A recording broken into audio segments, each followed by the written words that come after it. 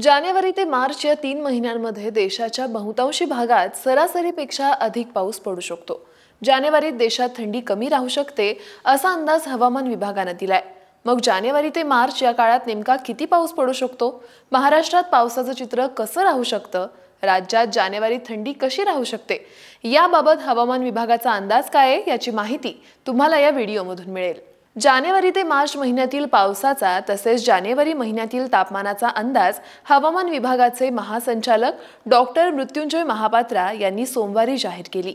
यावेळी त्यांनी सांगितलं की जानेवारी महिन्यात उत्तर भारताचा काही भाग वगळता देशाच्या बहुतांशी भागात किमान तापमान सरासरीपेक्षा अधिक राहण्याची शक्यता आहे। राज्यात डिसेंबर महिन्यात थंडीची चाहूल लागली होती, मात्र उत्तरेकडील थंड वाऱ्यांच्या अभावामुळे किमान तापमानात अपेक्षित घट झाली नाही। यातच जानेवारी महिन्यात देशाच्या बहुतांशी भागात सरासरीच्या तुलनेत अधिक तापमानाची शक्यता असल्याने थंडी कमी राहण्याचे संकेत आहेत। महाराष्ट्रातही थंडी कमी राहण्याचा अंदाज आहे।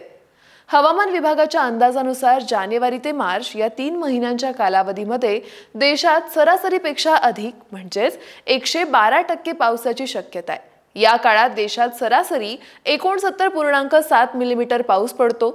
उत्तर भारतातील राज्यात पावसाचं प्रमाण अधिक असतं। महाराष्ट्रातही सरासरीपेक्षा अधिक पावसाची शक्यता असल्याचं हवामान विभागाने स्पष्ट केलंय। विषुववृत्तीय प्रशांत महासागरात सध्या मध्यम ते तीव्र एल निनो स्थिती आहे। मार्च अखेरपर्यंत ही स्थिती कायम राहणार आहे। तर सध्या धन अवस्थेत असलेला इंडियन ओशन डायपोल अर्थात आयओडी हळूहळू सामान्य होण्याची शक्यता आहे असंही हवामान विभागाने म्हटलंय।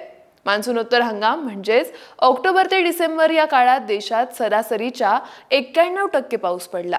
यातही महाराष्ट्रातील पावसाची सरासरीच्या तुलनेत 38% तूट आली।